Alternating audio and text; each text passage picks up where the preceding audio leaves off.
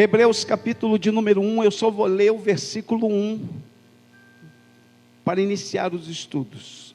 Então está escrito assim: havendo Deus antigamente falado muitas vezes e de muitas maneiras aos pais pelos profetas, a nós falou-nos nesses últimos dias pelo Filho.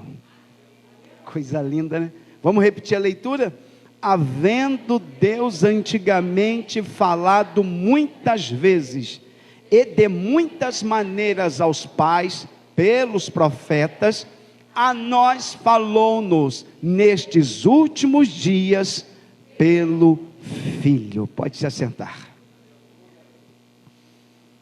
Vamos começar estudando a carta aos Hebreus e absorvendo algumas informações que são muito importantes. Então eu gostaria muito da sua atenção para que a gente pudesse absorver bem o que Deus deseja falar conosco.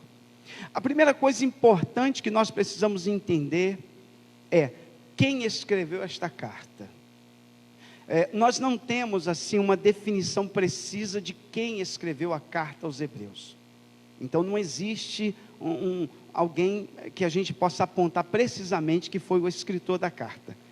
Até o século IV, a igreja primitiva considerava Paulo o escritor da carta. Depois de alguns estudos mais minuciosos, chegou à conclusão que talvez não tenha sido Paulo. Então citou-se alguns outros, Silas, por exemplo, Barnabé, Timóteo, Apolo, e foi surgindo outros, mas nós não temos a definição precisa de quem escreveu a carta aos Hebreus. Esse é o primeiro dado importante, mas tem uma coisa: nós podemos nem saber quem foi que escreveu a carta aos Hebreus, mas temos a certeza de quem inspirou o escritor. E quem inspirou o escritor, pastor? O Espírito Santo de Deus. Foi a carta inspirada pelo Espírito Santo de Deus. Essa é a primeira verdade. A segunda verdade é que a carta aos Hebreus, ela foi uma das últimas cartas assim inseridas no cânon sagrado. O que seria o cânon sagrado? Seria a coletânea dos livros que a igreja considerou inspirados. Então preste bem atenção. A carta aos Hebreus foi uma das últimas cartas inseridas no cânon sagrado. No Novo Testamento nós temos 27 escritos. Esses 27 foram selecionados por pelo menos 350 anos que foram utilizados para selecionar esses 27 escritos. Eu pergunto para você, quantos evangelhos nós temos na Bíblia? 4 evangelhos. Mas você sabia que nós tínhamos dezenas de evangelhos? Dezenas de evangelhos, evangelho de Pedro, evangelho de Tomé, evangelho de Maria Madalena, tínhamos tantos evangelhos, e a igreja da época então vai selecionar, vai verificar qual é o verdadeiro, porque já havia escritos de mentira naquele tempo. Então a igreja vai definir qual o evangelho que era realmente preciso, e foi selecionado o evangelho de Mateus, de Marcos, de Lucas e de João. A igreja chega a um consenso que esses 4 evangelhos são exatamente os evangelhos que identificavam a verdade, que demonstravam realmente quem Jesus era e o que ele fez. Então eles vão escolher, nós chamamos isso de cânon sagrado, que foram os livros inspirados. Então dentre os livros inspirados, Hebreus foi um dos últimos a serem inseridos. Havia muitas críticas com relação a Hebreus, principalmente porque quando você lê Hebreus, igual a gente leu aqui agora, ele não parece ser uma carta, porque já começa dizendo assim, havendo Deus antigamente falado, ou seja, isso não é carta. A carta tem um prefácio, tem uma saudação. Você percebe que Hebreus foge dessa normativa. Hebreus já começa como um sermão, como uma pregação, como uma correção, como um ensino. A carta aos Hebreus é como se fosse um sermão escrito. Tudo leva a crer que quem escreveu a carta aos Hebreus, escreveu inspirado por alguém ditava, ou pregava, ensinava, e esse autor escrevia o que esse falava. Então nós não sabemos que a carta aos Hebreus, ela é diferente de todas todas as demais cartas. Uma outra coisa importante de Hebreus é que é considerado por alguns teólogos o quinto evangelho. Nós temos Mateus, Marcos, Lucas e João, que falam sobre o nascimento de Jesus, a vida de Jesus, a morte de Jesus e a ida para Jesus ao céu. E Hebreus fala do ministério de Jesus ao chegar ao céu. Não, você não entendeu, eu vou repetir. Enquanto os 4 evangelhos falam do nascimento de Jesus, da vida de Jesus, da morte de Jesus e da ressurreição dele e até a ida para o céu, o Hebreus fala sobre a ida de Jesus para o céu. O que Jesus está fazendo? Ele está à destra de Deus, intercedendo como sumo sacerdote pela igreja do Senhor. Então Hebreus é considerado o quinto evangelho pelos teólogos, porque vai retratar Jesus de uma maneira muito poderosa. Hebreus também tem uma coisa peculiar em Hebreus, Fernanda, tu que gosta de estudar a Bíblia. Hebreus vai falar sobre a supremacia de Jesus. Hebreus vai dizer, estudando a carta nós vamos pensar juntos, Hebreus vai dizer que Jesus é maior do que os anjos, porque já na época antiga, os anjos tinham uma certa adoração dentro do ambiente judaico, e aí Hebreus vai dizer, ele é maior do que os anjos, ele é maior do que Moisés, ele é maior do que a lei judaica, ele é maior do que Josué, ele é maior do que os patriarcas, ele é maior do que os profetas, ele está acima de tudo e de todos. Quem é este? O Filho de Deus, aquele que desceu do céu, encarnou,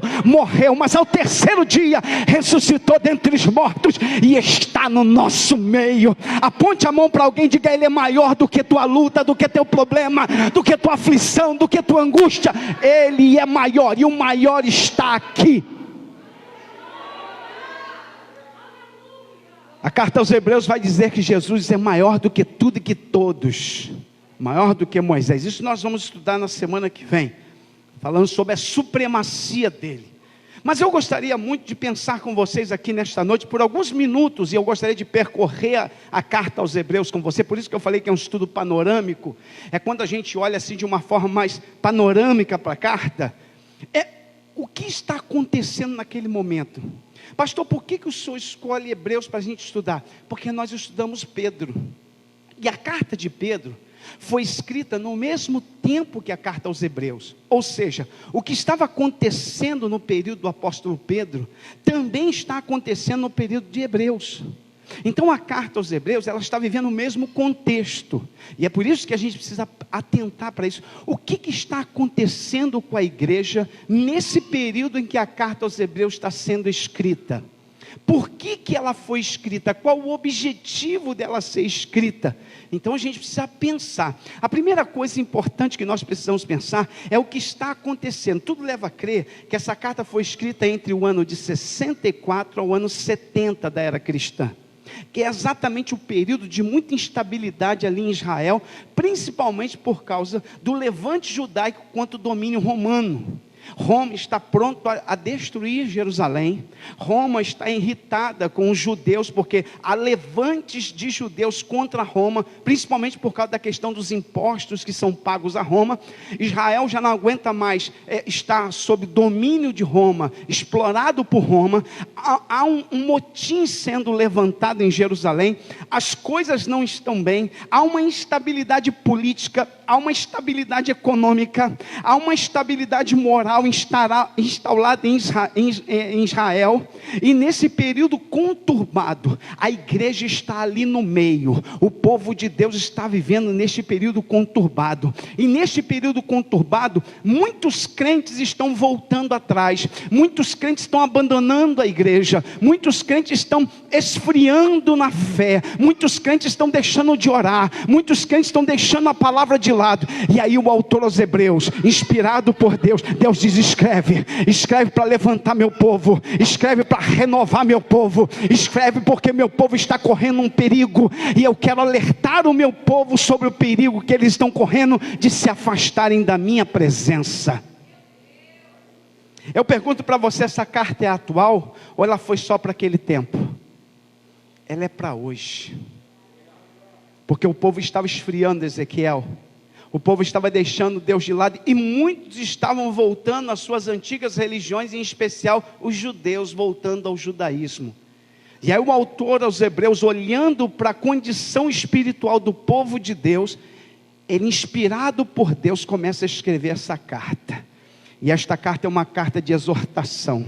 E não é no intuito de penalizar o povo de Deus. Essa carta foi escrita para renovar o povo de Deus, para levantar o povo de Deus. Essa carta foi escrita para que o povo de Deus seja cheio do Espírito Santo. Por isso eu estou dizendo, você não pode sair daqui do mesmo jeito que você chegou, porque há uma palavra de Deus renovadora para você hoje, há uma palavra de Deus fortalecedora para você hoje, há uma palavra de Deus encorajadora para você hoje, há uma palavra de Deus que deseja hoje te levantar, ainda que ele tenha que desconstruir, como foi dito aqui, para construir de novo, ele vai abater os alicerces e vai levantar de novo aqui nesta noite. Quem crê, diga glória a Deus.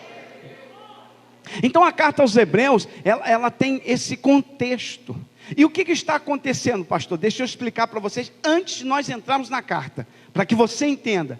Os crentes que estavam se convertendo, que se converteram principalmente do judaísmo, deixaram o judaísmo e passaram a ser cristãos, seguir Jesus Cristo, eles começaram a sofrer perseguições, principalmente por parte dos próprios irmãos judeus, e também por causa de Roma. Então quem era romano, explorava os judeus, independente da religião judaica, explorava, eles tinham que pagar impostos altos, perdiam os seus patrimônios. E essa carta foi escrita para quem? Para um povo que está padecendo, para um povo que está sofrendo, para um povo que está vendo seu patrimônio indo embora, está sendo explorado, um povo que precisa aprender a lidar com perdas, com lutas, com aflição, perseguição. E Deus diz assim: escreve esta carta, porque eu quero preparar meu povo para a batalha. Quem está me entendendo, diga glória a Deus. Olhando para a carta em si, eu quero identificar com vocês como estava o povo daquela época, e a gente vê se a gente consegue se encaixar dentro desse texto. Eu vou mostrar para vocês, dentro da carta aos Hebreus, alguns textos que vai nos mostrar a condição do povo de Deus, irmã Andressa. Por exemplo, abra a tua Bíblia em Hebreus. Eu só vou usar Hebreus com vocês hoje. Hoje nós vamos sair daqui ouvindo essa palavra, Hebreus, Hebreus, Hebreus. Talvez alguém não saiba, eu esqueci de falar algo importantíssimo. Alguém pode dizer: pastor, quando o autor escreveu essa carta, foi ele que colocou esse título, Hebreus? Não. Esse título foi colocado alguns anos depois na carta. E por que quem escolheu o título escolhe Hebreus? O que significa isso? Deixa eu explicar para você. Hebreus é um termo dado a Israel lá no Antigo Testamento, ainda antes de Israel ser nação. Por quê? O termo hebreu era um termo dado a um indivíduo que não tem uma terra fixa, que não tem morada fixa, ele é nômade. Abraão, nos momentos que ele viajava, ele era chamado de quê? Hebreu. Alguém que está procurando uma terra, mas ainda não encontrou. Vive como nômade, ainda não é sedentário, é nômade. Ele está percorrendo, procurando sua terra. Quando eles vão ler esta carta, eles entendem que Deus está escrevendo para um povo que está em busca de uma terra, e este povo é o povo de Deus, que está peregrinando aqui na terra, em busca da terra celeste, da terra da promessa, da Canaã celestial. Quem é este povo? Os hebreus. Então quem são os hebreus? Nós, que estamos em busca desta terra, que foi prometida pelo Senhor para nós, que disse que nos levaria para esta terra. Por isso que ele é maior. Agora eu já vou descortinar, né? Por que o autor vai dizer que Jesus era maior do que Moisés e Josué junto? Porque Moisés e Josué conduziram o povo para uma terra terrena, mas Jesus não, vai conduzir o povo para uma terra eterna. Mas isso é na próxima aula, isso é para os próximos estudos. Vamos então ver a condição do povo. Hebreus capítulo de número 3, abra sua Bíblia, versículo 12, põe na tela aí para mim, por favor. Vamos dar uma olhada na condição do povo. No versículo 12 diz assim, olha o que diz Hebreus 3:12. Vede, irmãos, ele chama eles de irmãos, é isso? Vejam, irmãos, que nunca haja em qualquer um de vós um coração mau e incrédulo ou infiel para se apartar do Deus vivo. Antes, exortai-vos uns aos outros todos os dias, durante o tempo que se chama hoje, para que nenhum de vós se endureça pelo engano do pecado, porque nos tornamos participantes de Cristo, se retivermos firmemente o princípio da nossa confiança até o fim. Por que ele escreve isso, pastor? Porque haviam pessoas, Jennifer, que estavam recuando, desanimando. Aí ele escreve e diz, olha, tem que ir até o fim. Deus te chamou para ir até o fim. Deus não te chamou para parar no meio do caminho. Deus não te chamou para desistir. Eu sei que a luta está grande, a prova está grande, a aflição está grande, a perseguição está grande. Eu sei que o inimigo tem se levantado contra você, sua casa, sua família. Eu sei que Satanás quer destruir tua casa, teu casamento, mas Deus está dizendo, mas você não foi chamado para parar, você não foi chamado para desanimar, você não foi chamado para recuar, você não foi chamado para olhar para trás e voltar para trás. Temos que ir até o fim. Aponte a mão para alguém e diga, Deus te chamou para ir até o fim. Aleluia. Tem alguém ouvindo o que eu estou pregando aqui nesta noite? Diga glória a Deus.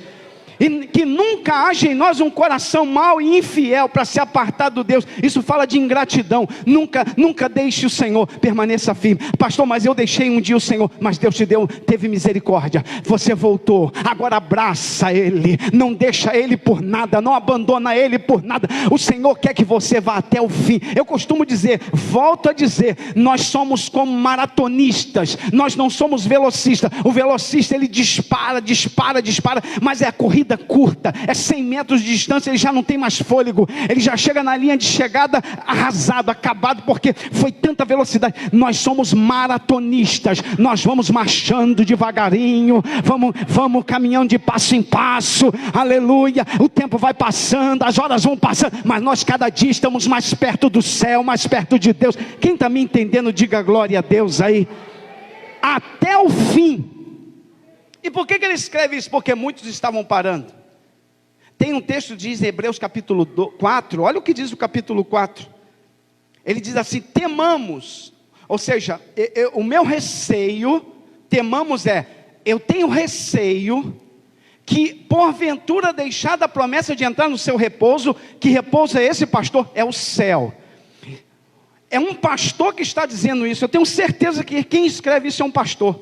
Ele tem receio de que a igreja, de que o povo de Deus tenha porventura deixado a promessa de entrar no seu repouso, pareça que alguns de vós fiquem para trás. Ele está dizendo, eu tenho receio de que alguns se percam, de que alguns fiquem para trás, de alguns que no momento em que Jesus vier buscar a sua igreja, seja deixado para trás. Há uma palavra de Deus dizendo assim, eu não quero deixar ninguém para trás, eu não te chamei para você ficar para trás, eu tenho um projeto na tua vida, e o projeto é o céu de glória, e eu não quero deixar você para trás. Então se alguém hoje está aqui, está ficando para trás, Deus está dizendo, te levanta.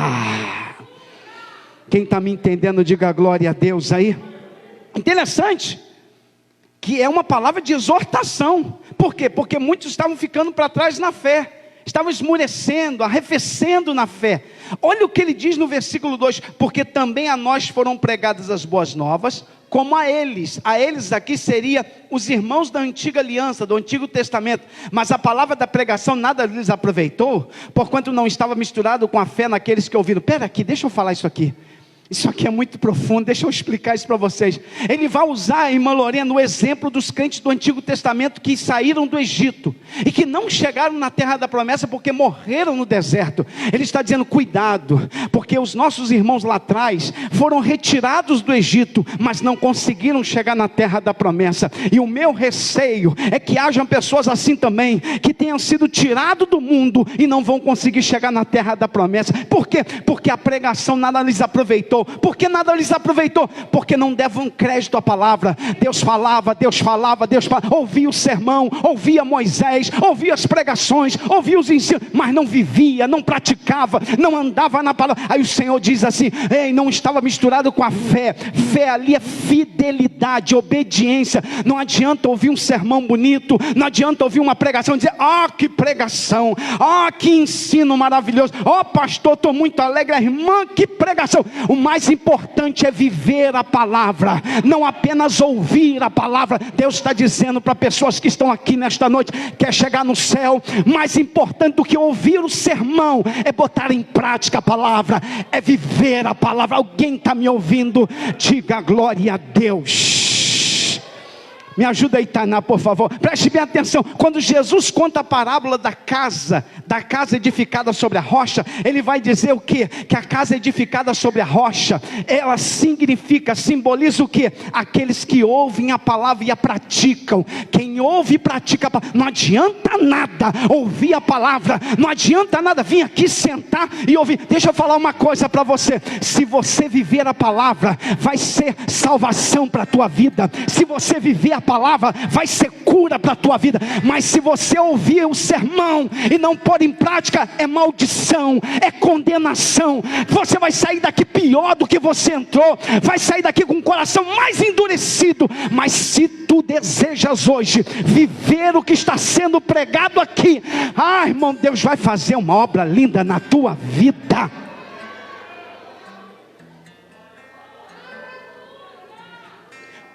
Vou deixar uma palavra de advertência para você que entrou aqui nesta noite. O povo que saiu do Egito viu o mar se abrir, foram alimentados pelo maná que descia do céu todos os dias, viu água jorrar da rocha, viu Deus abater inimigos e morreu no deserto.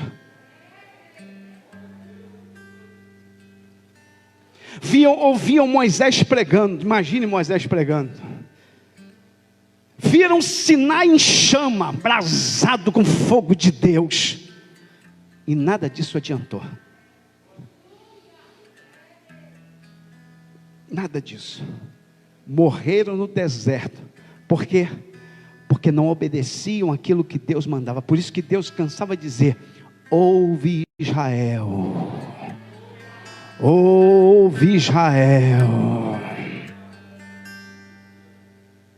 Não adianta ouvir a palavra e não viver a palavra. É o que o autor dos Hebreus está preocupado exatamente com isso. Obrigado, Tana. Exatamente com isso. Eles ouviam a pregação, ouviam o estudo, ouviam o sermão. Quando saíam da porta para fora, não praticavam nada daquilo. Isso é perigoso. Vamos continuar. Hebreus capítulo de número 5. Eu estou mostrando a condição do povo, para você ver como é que estava a condição deles.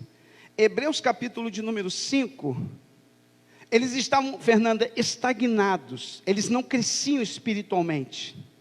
Já viu aquele crente que não cresce espiritualmente? Hebreus capítulo 5, versículo de número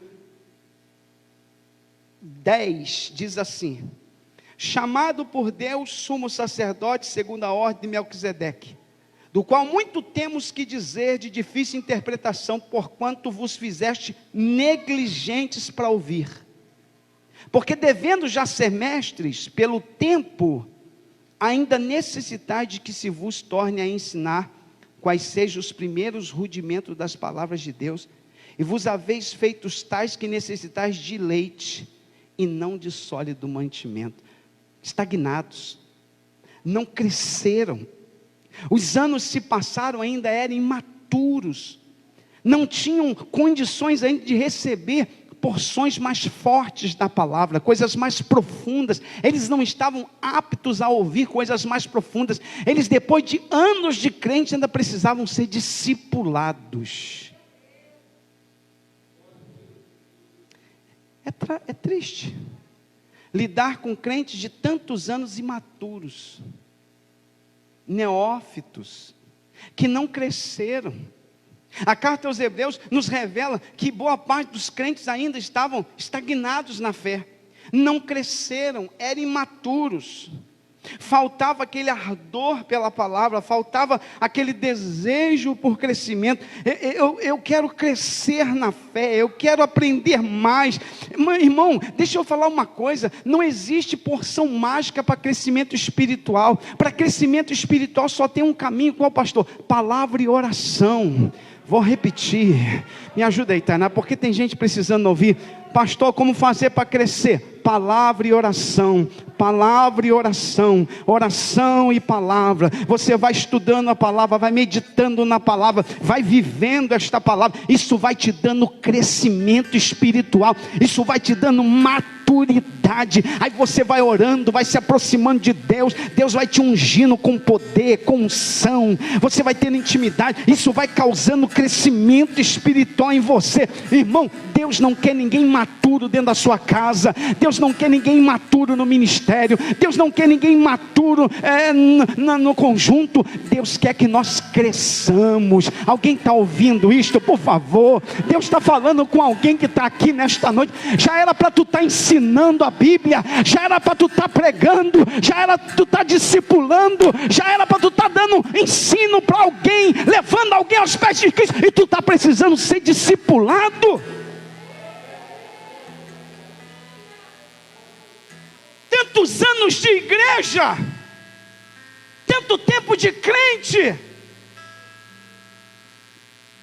É isso que esse escritor está falando para os hebreus. Já era para vocês ser mestres, já era para vocês ser ensinador, e vocês precisam ser discipulados. Discipulados. Por quê? Porque não cresceram, ainda são imaturos, tem atitude de pessoa imatura, comportamento de gente imatura, não se comporta como um homem ou uma mulher de Deus.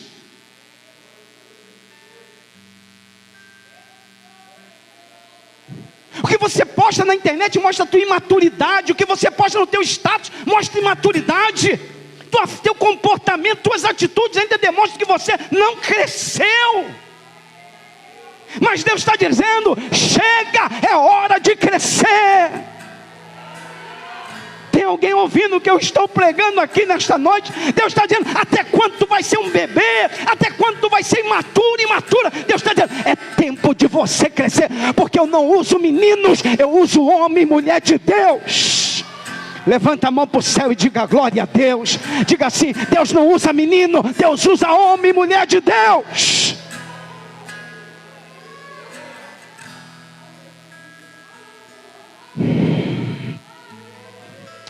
Aleluia, aleluia. Faltava crescimento, estagnados. Hebreus capítulo 6, versículo 9, abre a tua Bíblia aí. Olha o que diz Hebreus 6, 9. Mas amados, mais de vós, ó amados. Parece que ele está assim, surpreso, perplexo. Mais de vocês, ó amados, esperamos coisas melhores, e coisas que acompanhem a salvação, ainda que assim falamos. Deus espera alguma coisa melhor de nós.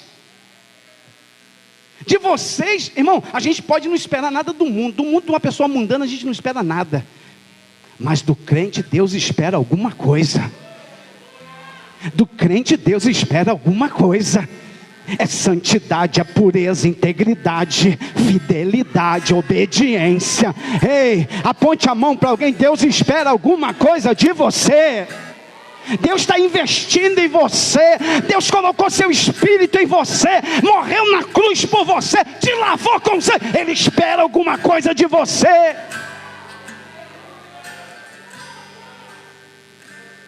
Mas de vós, ó amados, e o que Deus espera de nós? Coisas melhores, melhores do que do mundo. Nós somos crentes. Lá no nosso trabalho, Deus espera coisas melhores. O mundo já está perdido, mas nós não, somos diferentes.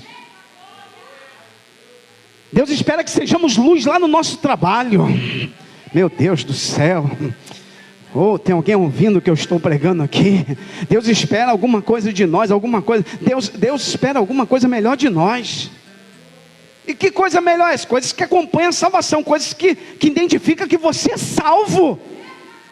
Coisas que demonstram que você é salvo, que o teu nome está escrito no livro da vida. Isso não é comportamento de salvo, isso não é atitude de salvo, isso não é comportamento de quem vai morar no céu.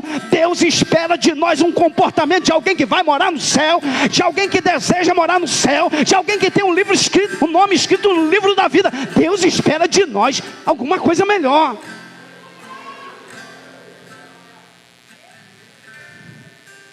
Mas parece que os hebreus estavam deixando a desejar. Através do seu comportamento e das atitudes, eles não estavam autenticando isso. Olha o que diz Hebreus 6, 9, 10 e 11. Nós lemos o 9.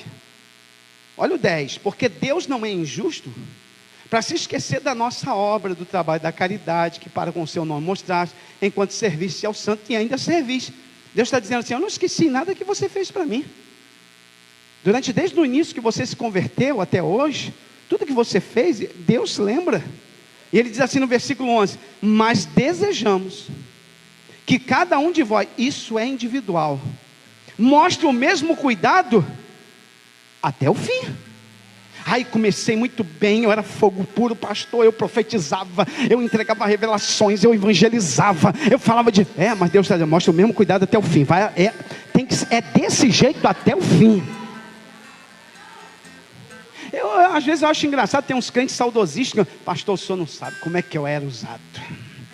Olha, eu era uma benção. Tinha até que vergonha de dizer isso, mas tem gente que parece que fala com orgulho. Eu era. Deus não quer saber o que você era, Deus quer saber o que você é. Aleluia, alguém está entendendo o que eu estou pregando? Deus não quer saber o que você foi, Deus quer saber o que você é agora. Deus não é um Deus de passado, Deus é um Deus de presente. Por isso que Ele disse, eu sou. Ele é agora, Ele quer saber o que você é agora. Não importa o que você foi. Para com esse saudosismo, dizer, eu era cheio do Espírito, eu orava muito, eu buscava muito, eu lia muito a Bíblia, e Deus está dizendo, eu quero que você faça isso agora, é hoje. Eu estou te levantando hoje, eu quero que você faça isso agora. Mas desejamos que cada um de vós mostre o mesmo cuidado até o fim. Ou seja, não é para viver de passado, é para continuar, para completa certeza da esperança. Ou seja, para chegar onde a gente quer chegar. Não pode parar no meio do caminho, não pode viver de saudosismo, dizendo eu era uma bênção. Não, é hora de ser bênção. Tem um texto da Bíblia que diz, sê tu uma bênção. É presente, é atual, é agora. Eu tenho que ser bênção agora, eu tenho que ser cheio agora. Eu não posso ser cheio amanhã e nem ontem, eu tenho que ser cheio agora, hoje. É hoje que eu tenho que ser alguém de oração. É hoje que eu tenho que sair dessa igreja dizendo, eu vou mudar, eu vou buscar a Deus, eu vou ser um crente de oração. É agora, é o momento, é agora.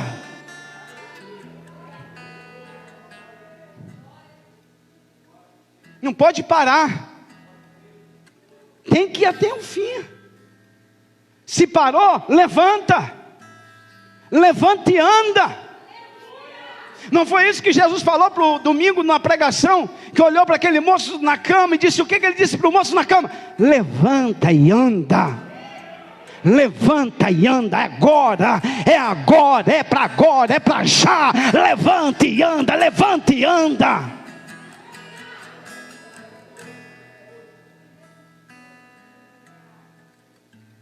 Parece que a igreja também, o culto, começou a perder lugar no coração dos crentes daquela época.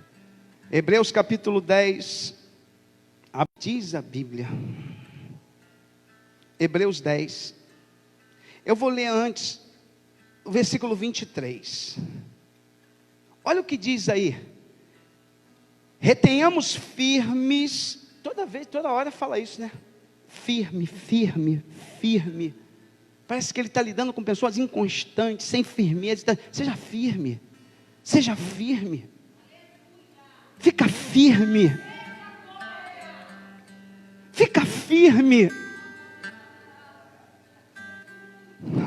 Aleluia. Retenhamos firmes a confissão da nossa esperança, porque fiel é o que prometeu. Aí ele diz assim no versículo de número 24. E consideremos uns aos outros para nos estimularmos à caridade e às boas obras. No versículo 25 ele diz: não deixando a nossa congregação, como é costume de alguns, porque haviam muitos que já tinham abandonado o culto, abandonado o momento de culto, abandonado o momento de estar na igreja. Deixa eu falar uma coisa para você. O diabo, ele é sujo. E uma das estratégias de Satanás é dizer para nós que nós não precisamos de igreja. Você pode ser crente sem igreja, você na verdade nem precisa de pastor. Isso é o maior engodo de Satanás, sabe por quê? Porque existe uma palavra que nós chamamos de koinonia no grego, que é comunhão. E isto tem efeito sobre o povo de Deus, não quando estamos sozinhos, mas quando estamos reunidos. Por que o diabo quer nos afastar? A primeira coisa que o diabo faz para tirar alguém da presença de Deus é tirá-lo da igreja. Você não precisa de igreja, você tem muita coisa para fazer, você está cansado, você está fadigado, você tem que descansar. Ele vai tirando o crente da igreja, e com isso vai esfriando a nossa fé. Mas percebe que quando você vem à igreja, o fogo de Deus te aquece novamente. Tem alguém ouvindo o que eu estou pregando? Pastor, o que é isso? Chamamos isso de comunhão, é koinonia. Só é produzido quando o povo está junto. E não tem essa história de dizer: eu sou igreja. Você não é igreja. Você não é igreja. Você é membro do corpo de Cristo, membro da igreja. Quando nós estamos unidos na koinonia, é que somos igreja. Igreja é um corpo, e não tem membro sozinho. Você nunca vai encontrar um membro sozinho. Para ser corpo tem que estar junto com os outros membros. Eu sou igreja quando eu estou em comunhão com os meus irmãos. Aí eu sou igreja.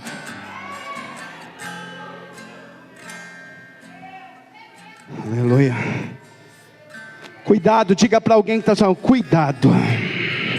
Mantenha-se em comunhão, não deixe a congregação, não deixe o culto, não deixe o momento de culto. Faz bem para a tua vida cultuar. Vem para a igreja cansado, vem para a igreja com dor de cabeça, vem para a igreja, pode vir, pastor, estou com uma dorzinha de cabeça. Vem para a igreja que Jesus cura dor de cabeça, Jesus cura dor de ouvido, Jesus cura dor de garganta, Jesus cura tudo, irmão. Vem para a igreja, é o melhor lugar para estar. Quantas vezes entrei na igreja acabado, entrei na igreja cansado, entrei na igreja em pedaços, entrei na igreja angustiado, mas saí diferente. Oh, aleluia. Quem pode dizer glória a Deus aí, gente? Não deixando a nossa congregação. Parece que os crentes de Hebreus começaram a perder a noção de quanto é importante o culto. Perderam a noção.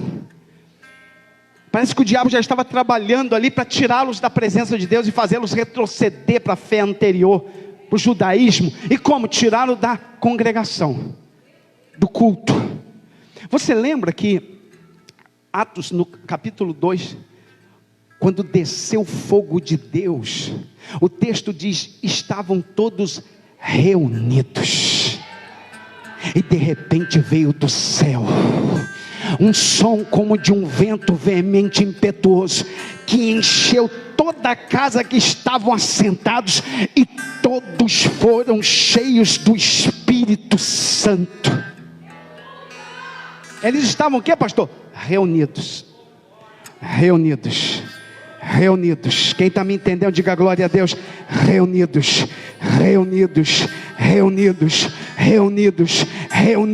Alguém está ouvindo o que Deus está falando aqui? É na comunhão que Deus te renova, é na comunhão que Deus te levanta, é na comunhão que Deus te... Não deixa o diabo te enganar, dizendo: não precisa ir para a igreja, não precisa de comunhão, não precisa de culto, você pode ser crente em casa. Não deixa o diabo te enganar. Vem para a igreja, vem cultuar, vem adorar com os teus irmãos, vem ouvir a palavra que Deus está dando ao teu pastor, vem se alimentar como ovelha de Deus, e Deus vai te fortalecer. Alabaxou, levanta a mão para o céu. Oh, meu Deus do céu, tem gente sentindo a graça de Deus aqui nesta noite.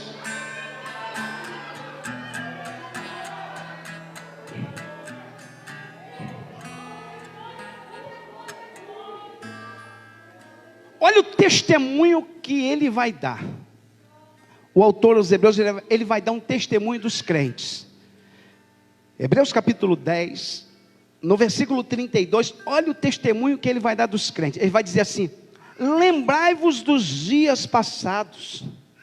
Se lembrem dos dias lá atrás do passado, em que depois de ser iluminados, depois de ser iluminados significa que, depois que vocês aceitaram Jesus, o que veio sobre a vida deles? Grande combate de aflição. Hoje parece que o evangelho foi distorcido, e aí a pessoa diz: vem para Jesus que você vai ter dinheiro, vem para Jesus que tu vai ficar rico, vem para Jesus que todos os teus sonhos vão se realizar, vem para Jesus que você vai conquistar. Mas o autor dos Hebreus diz assim: se lembre que desde que vocês levantaram a mão, abriram o coração, confessaram o Senhor, grande foi a guerra. Oh, aleluia. Mas eu não sei porquê, estava tudo bem, mas foi eu aceitar Jesus, olha, se levantou um vendaval, e eu vou dizer, é desse jeito. E por quê, pastor? Porque o diabo sabe que está perdendo o território, que tem coisa grande de Deus chegando para a tua vida, e que através da tua salvação vai vir tua esposa, vai vir tua casa, vai vir tua família. O diabo já sabe que Deus entrou nesta guerra. Então vai vir luta, vai vir vento, vai se levantar gente, você vai ter decepção com amigos, pessoas que diziam ser seus amigos vão se levantar contra você. O que é isso, pastor? Porque tu agora é luz, tu não é mais treva, tu é diferente, agora tu tem o Espírito Santo de Deus, tu foi iluminado, e depois que tu foi iluminado, tu teve que suportar grande combate de aflição. Depois que tu aceitou Jesus, o vento soprou, o diabo se levantou, mas maior é o que está conosco. Aí o texto vai dizer no versículo 33, diz assim: olha, depois que eles aceitaram Jesus, Ezequiel, olha que luta depois que aceitaram Jesus. Em parte, ou seja, significa dizer que nem todos, mas alguns, foram feitos espetáculos com vitupérios e tribulações, passaram a ser chacota. Em parte fosse feito participante com os que assim foram tratados, foram humilhados, perseguidos. Por quê? Porque aceitaram o Senhor. Depois que aceitaram o Senhor, meu irmão, foi luta, foi prova, foi aflição. Olha o versículo 34, diz: porque também vos compadecei dos que estavam nas prisões, foram presos, mas havia tanta graça, sabe aquele primeiro amor? Sabe, Paulo, aquele primeiro amor, o vento está soprando, a luta está grande, a porta se fechou, eu estava trabalhando, tinha 3 empregos, aceitei Jesus, agora não tem nenhum, a porta está fechada, meu Deus, o que é? Você está na casa do oleiro, e ele está lapidando o vaso, está moldando o vaso, mas não tem problema, porque tem tanta graça, tem tanta unção sobre a tua vida, tem tanto poder de Deus sobre você, que você está batendo o ombro para a luta, dizendo: não estou nem aí, Jesus está comigo, tem problema não, pode levantar o vento que for, porque o Senhor está comigo. Com alegria permitiste a expoliação dos vossos bens, foram confiscados os bens, levaram o patrimônio deles, e mesmo assim havia uma alegria tão grande, sabendo que em vós mesmo tem nos céus. Sabe, a confissão deles era tão positiva, quer dizer, pode levar minha casa, pode levar tudo que eu tenho, sabe, porque a minha herança não está aqui, minha herança está lá, sabe de uma coisa, ainda que eu perco aqui, eu ganho lá em cima no céu. Eu não vou abandonar meu Senhor por causa das perdas, eu não vou abandonar meu Deus por causa dos problemas, eu não vou abandonar meu Deus porque está dando tudo errado. Eu vou continuar firme, eu vou continuar na presença, eu vou continuar adorando, eu vou continuar louvando, eu vou continuar cantando. Tem alguém ouvindo o que eu estou pregando aqui? Era assim a condição deles.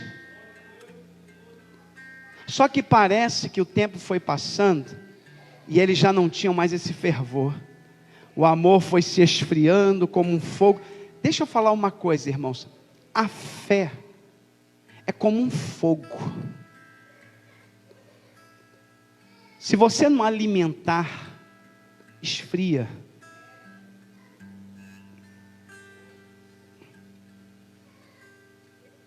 É por isso que crente não pode ficar isolado, porque brasa sozinha apaga. Oh, aleluia. O diabo quer te tirar e te isolar. Para quê? Para te apagar. Aí você vem de novo para o meio das brasas. Aí o Espírito sopra, que acende. Oh, aleluia. Oh, aleluia. Mas parece que eles começaram a perder esse fervor, essa intensidade, diante da luta, da prova, eles começaram a perder essa intensidade. Aí no versículo 36 diz assim: não rejeiteis, pois, a vossa confiança, que tem grande e avultado galardão, porque necessitais de paciência. Paciência, irmã Luciana, é resistência. Continua firme, continua na presença. Não tem problema. Versículo 36 diz assim: porque necessidade de paciência, porque depois de haver feito a vontade de Deus, possais alcançar a promessa, porque ainda um pouquinho de tempo que há de vir, virá e não tardará, mas o justo viverá da fé, e se ele recuar, a minha alma não tem prazer nele. Nós, porém, não somos daqueles que se retiram para a perdição, mas daqueles que creem para a conservação da alma. Deus não te chamou para recuar, Deus não te chamou para desistir, Deus não te chamou para abandonar o caminho, Deus te chamou para ir até o fim. Quem está me entendendo, diga glória a Deus. No dia que Deus te tirou do lamaçal do pecado, Ele colocou teus pés sobre uma rocha, e Ele disse: vai até o fim, não desista.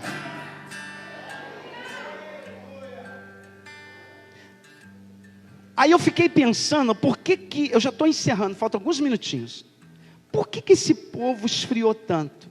Por que esse povo que era tão vibrante, fervoroso, que estava a ponto de largar, deixava tudo por amor a Cristo, morria pessoas e eles continuavam vivos, mas eles começaram a arrefecer, a esfriar, desanimar, já não eram mais os mesmos, já não era mais o mesmo crente fervoroso do passado, aquele crente fogo de Deus, que não tinha luta que tirava ele da congregação, da comunhão. Não, posso estar passando pelo que for, vou para a igreja. Quem via ela cantando, não imaginava a luta que aquela irmã passava, mas ela cantava com graça. Oh, aleluia. Aquele irmãozinho com a Bíblia debaixo do braço, vem ele para a igreja, alguém olha para ele, aquele sorriso, a paz do Senhor, ninguém sabe o que ele está passando, mas há uma alegria, há um gozo na alma, há uma presença de Deus. Por que o crente esfria, pastor? Por que esses crentes que eram tão fervorosos começaram a esfriar? Primeiro, deixaram o culto. Segundo, abre a tua Bíblia, Hebreus 12, serve de advertência para nós. Hebreus 12 diz assim: portanto, tornai a levantar as mãos cansadas e os joelhos desconjuntados. Está faltando oração. Torne a levantar tuas mãos cansadas para o céu, e esses joelhos desconjuntados, coloca ele na posição de novo, e tu vai ver o renovo de Deus na tua alma.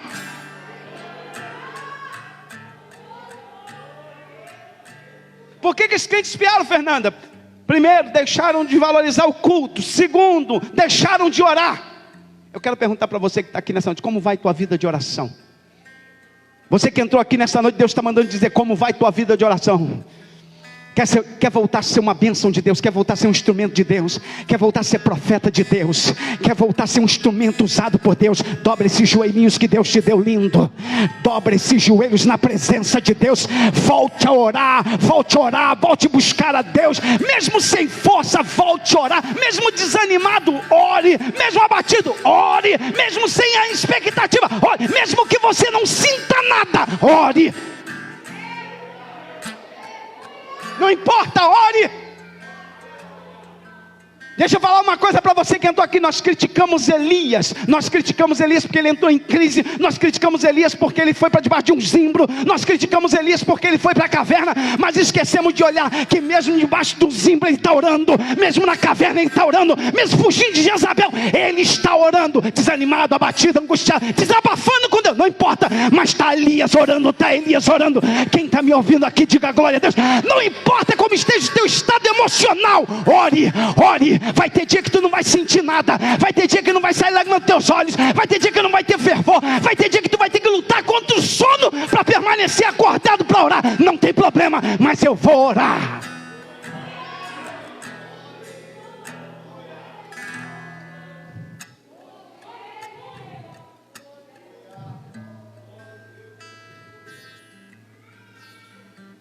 Hebreus 12, 25 diz assim,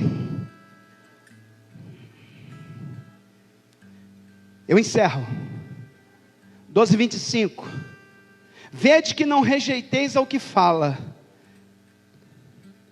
E quem é que fala? Quem é que está falando aqui nesta noite? É o pastor Luciano? Você está equivocado, não sou eu. O Senhor está falando aqui no meio da sua igreja. E o que eu tenho que fazer para ter vida? Não rejeita a voz de Deus. Deus está falando com você aqui nesta noite. Vede que não rejeiteis ao que fala, porque se não escaparam aqueles que rejeitaram o que na terra os advertia, muito menos nós, se nos desviarmos daquele que é dos céus.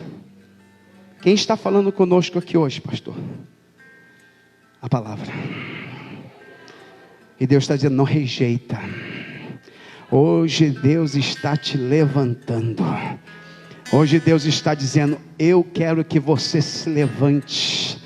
Volte a dobrar os teus joelhos, volte a amar a minha palavra, volte a ler minha palavra, volte para o culto, volte para o ambiente de adoração, volte a louvar o meu nome. Hoje Deus está dizendo, eu quero acender de novo a chama no teu coração, eu quero te renovar nesta noite, eu quero tirar esta frieza instaurada na tua alma. Hoje Deus deseja te levantar aqui.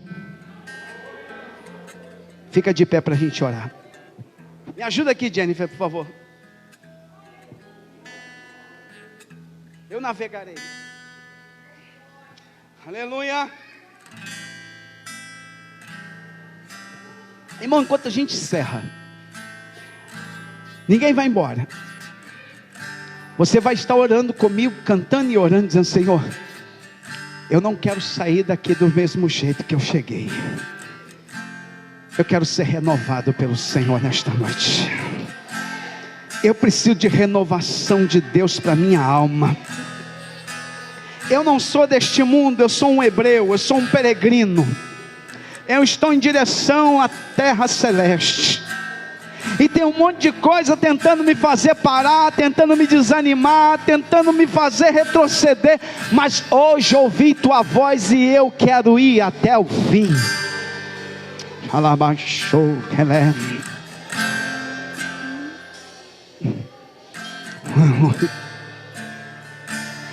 você vai dizer, Deus, abastece-me, Senhor, para que eu possa continuar essa viagem.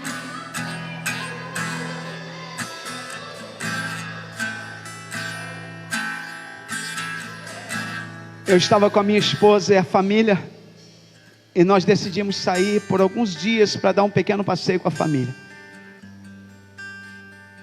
Verifiquei a água, o óleo, todas as coisas importantes, pneus. Mas no meio do caminho eu observei que o combustível que tínhamos, talvez se pegássemos um grande engarrafamento, talvez teríamos problemas na estrada. E eu entendi que precisava parar e abastecer. Senão nós não vamos chegar onde nós queremos chegar. Deus está dizendo assim, você chegou no lugar certo, aonde eu abasteço o meu povo.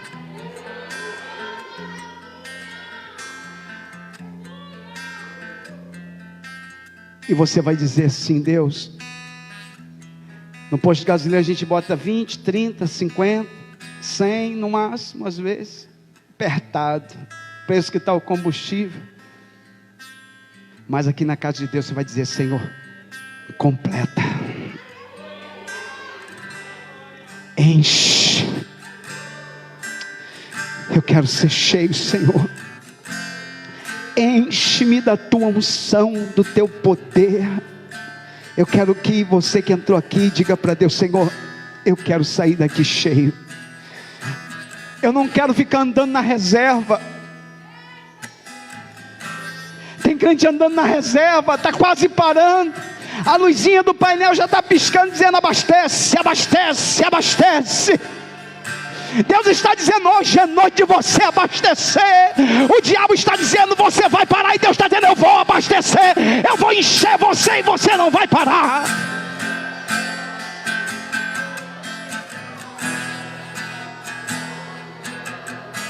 Eu já estou ouvindo alguém orando. Tem alguém orando aqui nesta noite. Tem gente orando. Tem gente orando dizendo: Senhor, eu fui chamado para ir até o fim. E hoje aqui nesta noite, depois de ouvir tua palavra, eu quero pedir ao Senhor: vem me encher da tua presença. Deus pode me encher até transbordar. Senhor, eu quero ser cheio da tua presença. Eu não posso sair daqui na reserva. Eu entrei na reserva, mas vou sair daqui cheio.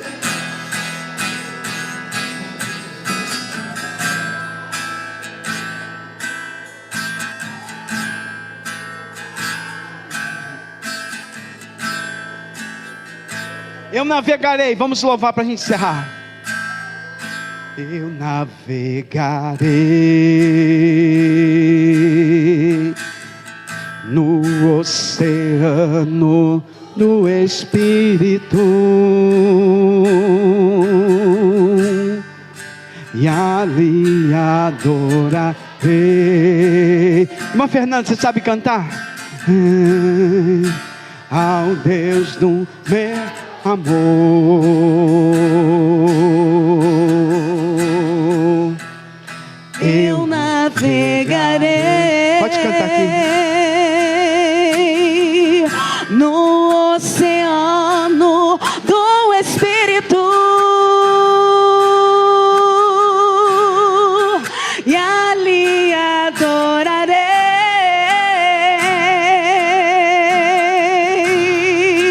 ao Deus do meu amor.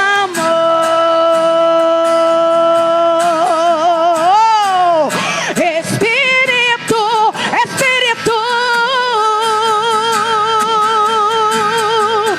que desce como fogo, vem como em Pentecostes, oh, vem e enche-me de novo. Espírito, Espírito, que desce como fogo, vem como em Pentecostes, oh, vem e enche-me de novo. E enche-me, enche-me, enche-me, ei, e enche-me, enche-me, enche-me, enche-me Com a tua graça, enche-me com teu Espírito, enche-me com teu amor. Diga pra Deus: cheio, seja cheio, seja cheio, seja cheio, ei! enche-me, enche-me, enche-me com a tua graça, enche-me com teu Espírito, Enche-me com teu amor. preste atenção, fica aqui, Fernanda. Eu quero orar por pessoas que estão, eu não vou chamar à frente, que nós estamos com um número grande de pessoas aqui. Mas aonde você está, você põe a mão no seu coração. Aqueles que desejam que Deus venha encher a sua vida, nós estaremos orando. Aleluia. Lá em cima na galeria, aqui embaixo, põe a mão sobre o teu coração. Põe a mão sobre o teu coração, que Deus vai botar a mão dele sobre a tua mão.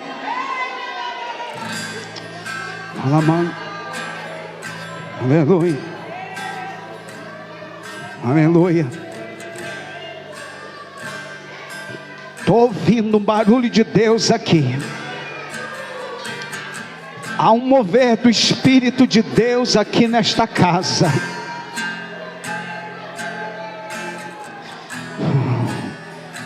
Deus está enchendo pessoas aqui. Deus está enchendo pessoas no Facebook. Pessoas que estão nos assistindo em casa, Deus está alcançando, está enchendo. Você que está aqui, tem gente aqui sendo cheia por Deus aqui. Entrou aqui na reserva. Mas Deus está dizendo: eu não te chamei para andar na reserva.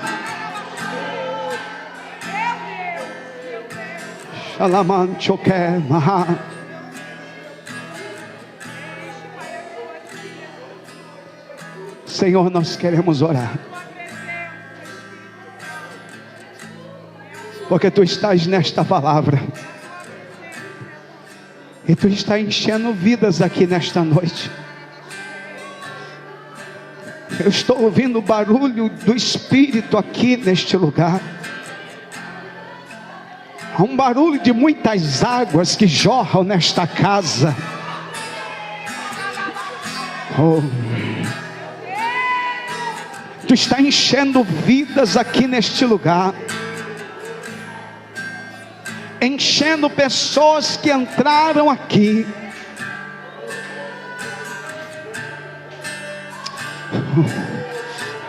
Oh, aleluia. Tu estás acendendo chamas que estavam apagadas. E hoje aqui nesta casa, histórias estão sendo mudadas. Há uma nova página sendo escrita para alguém que está aqui neste lugar. Tu estás falando ao meu coração.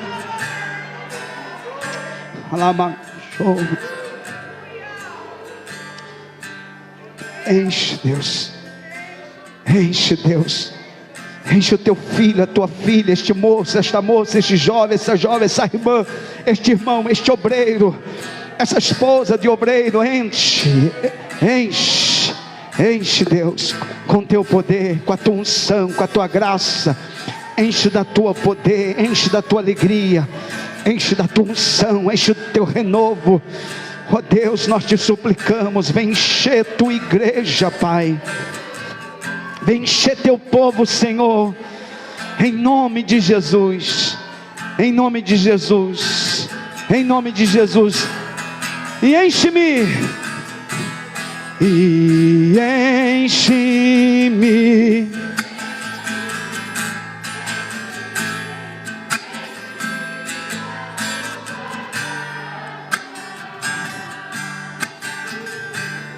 enche-me com teu Espírito, enche-me com teu amor, e enche-me, enche-me.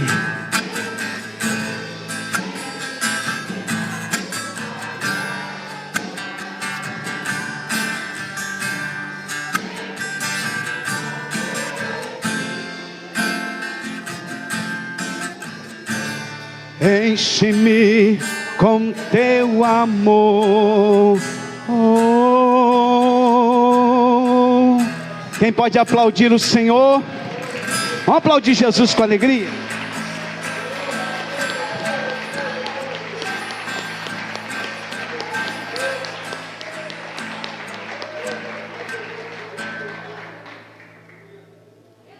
Eu não sei se tem alguém aqui nessa noite, a gente já vai orar encerrando.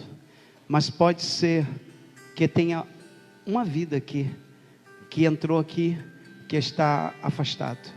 ou afastada dos caminhos do Senhor, da igreja, se afastou da comunhão por algum motivo, deixou a igreja, deixou a comunhão, e Deus te trouxe aqui hoje. Você veio, e Deus está falando contigo, e você deseja tomar uma decisão. Eu quero assumir um compromisso, eu quero voltar para o Senhor. Eu não sei se tem alguém aqui nesta condição, mas se tiver alguém, eu quero que onde você estiver, você me dê um aceno, você levante uma das suas mãos, diga: eu, pastor, eu quero tomar uma decisão, eu quero voltar para Jesus, eu quero receber novamente Jesus no meu coração, eu quero voltar para o caminho. Ou talvez tenha alguém aqui que nunca tomou essa decisão, mas está aqui hoje e sente o desejo: eu quero tomar essa decisão. Se você tiver, eu queria que você levantasse uma das suas mãos, aonde você estiver, lá na galeria, aqui embaixo. Se tiver alguém que está aqui nesta noite, que precisa tomar essa decisão, nós queremos orar pela sua vida. Alguém, se tiver alguém aqui, por favor, me mostre aí. Se tiver alguém que está aqui nesta noite, que precisa tomar esta decisão, que veio aqui hoje. Talvez possa ser que todos nós sejamos cristãos, estejamos firmes, nenhum de nós esteja afastado, mas pode ser que entrou alguém aqui, que veio afastado, que veio longe, mas depois desse culto está dizendo: eu quero voltar, eu estou decidido a voltar e recomeçar. Alguém aqui nesta noite, alguém que deseja, possa ser que tenha alguém, aparentemente parece que todos são cristãos, mas eu não vou deixar de fazer o apelo, não é verdade? Porque eu sei que possa ser que tenha alguém aqui desejoso. Eu lembro que, eu nunca me esqueço disso, uma vez num culto muito alegre, muito festivo, muitas pessoas, eu olhei aparentemente, disse: não, são todos crentes, e me julguei dessa forma. E quando terminou o culto, alguém me aborda na porta da igreja e diz: pastor, estou muito feliz, mas estou saindo da igreja assim um pouco triste. Por quê? Porque não teve o apelo. Meu coração estava queimando tanto, eu queria tanto decidir por Jesus. Aí eu conversei com ele e falei: não, você pode se decidir agora, mesmo que o culto já tenha acabado, nós vamos orar pela sua vida. Mas ele queria, naquele momento do auge do culto, ele queria tomar a decisão, né? E ninguém fez o apelo. Então eu fico muito receoso de não fazer o apelo e frustrar alguém que estava com o coração queimando de tomar a decisão. Então nós vamos estar orando, encerrando. Quantos foram abençoados nessa noite? Diga glória a Deus. Fernanda vem fazer esta oração, agradecer a Deus por essa noite abençoada que nos deu o Senhor. Fernanda vai estar orando. Tem alguma coisa para anunciar? Não? Não? Então vamos orar, agradecer a Deus. Oremos. Senhor nosso Deus e eterno Pai, como somos gratos a Ti, Paizinho querido, por essa noite tão maravilhosa, Pai. Fomos tão agraciados, fomos tão abençoados, Senhor, pela Tua palavra, pela Tua presença gloriosa aqui neste lugar. Eu tenho certeza que Teu Espírito, Pai, fez maravilha em corações, Senhor, em vidas que entraram por essas portas, e nós queremos Te agradecer pela Tua bondade, Senhor, e misericórdia para conosco. Não merecemos, Senhor, tamanho amor, não merecemos, Pai, tamanha presença que o Senhor derramou sobre as nossas vidas, Senhor, aqui nesta noite. Obrigada porque o Senhor nos levantou nessa noite, o Senhor nos abençoou de forma maravilhosa, e nós queremos Te adorar e Te agradecer, Senhor, por tudo que o Senhor fez e fará ainda nas nossas vidas, Senhor. Leva-nos, Senhor, em paz e segurança para os nossos lares, abençoados, guardados pelo Senhor, e que possamos, Pai, estar novamente juntos, Pai, em coinonia, em união, Pai, juntos na congregação, adorando e exaltando o Teu nome para todos sempre. Assim oramos, em nome de Jesus. Amém. Estenda as tuas mãos, receba esta bênção de Deus para a sua vida, que o grande amor de Deus, nosso eterno Pai, a graça de Jesus Cristo e a comunhão do Santo Espírito seja sobre toda a igreja que aguarda com alegria a vinda de Jesus Cristo em glória, e todos digam: e a vitória é nossa, e operando Deus. Deus te abençoe, uma noite muito abençoada para todos vocês. Fiquem na paz do Senhor.